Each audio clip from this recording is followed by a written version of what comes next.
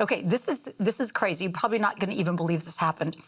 But I went to meet somebody for coffee, and I was wearing a T-shirt that said "The future is male and female." And I had some men come up to me and were like, thank you for including us in the future. I'm like, you're welcome. And I had some women say, I need that T-shirt. So I thought, okay, everybody's happy about this T-shirt. So I took a selfie of myself in the car wearing the T-shirt, and I just wrote underneath it, the future is male and female, because without male and female, there is no future. That's right. That's just biology. That's just your parents. That's not even deep.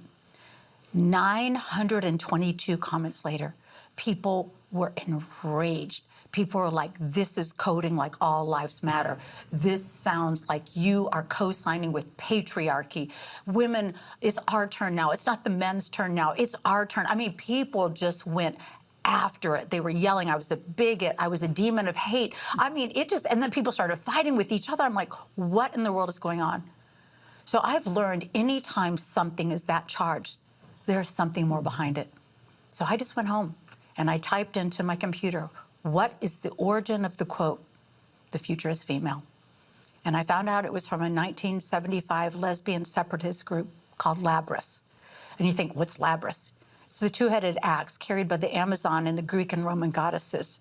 And they believed that lesbians should live completely separate from males and even heterosexuals for a time period. And it was part of a presentation called What a Well-Dressed Dyke Would Wear. And they said, the quote, the future is female, was a call to war, an invocation, and a spell to cast for the good of all. This is a Washington Post article talking about how Hillary had brought it back into her campaign, and 25% of the proceeds of the future is female will go to Planned Parenthood. I was like, what?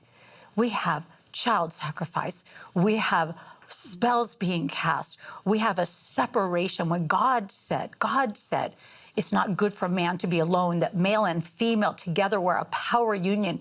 Now we see this power struggle. And I just kind of had this revelation. I looked at this, and my grandson rides his bike over to my house. And Asher comes in, and I said, Asher, what are your thoughts on the quote, the future is female? And he paused, and then he said that I'm unnecessary. And I thought, do I want my grandson or my husband or my brother or our do I want the males in our world to think they're unnecessary? Goodness, this is a nightmare.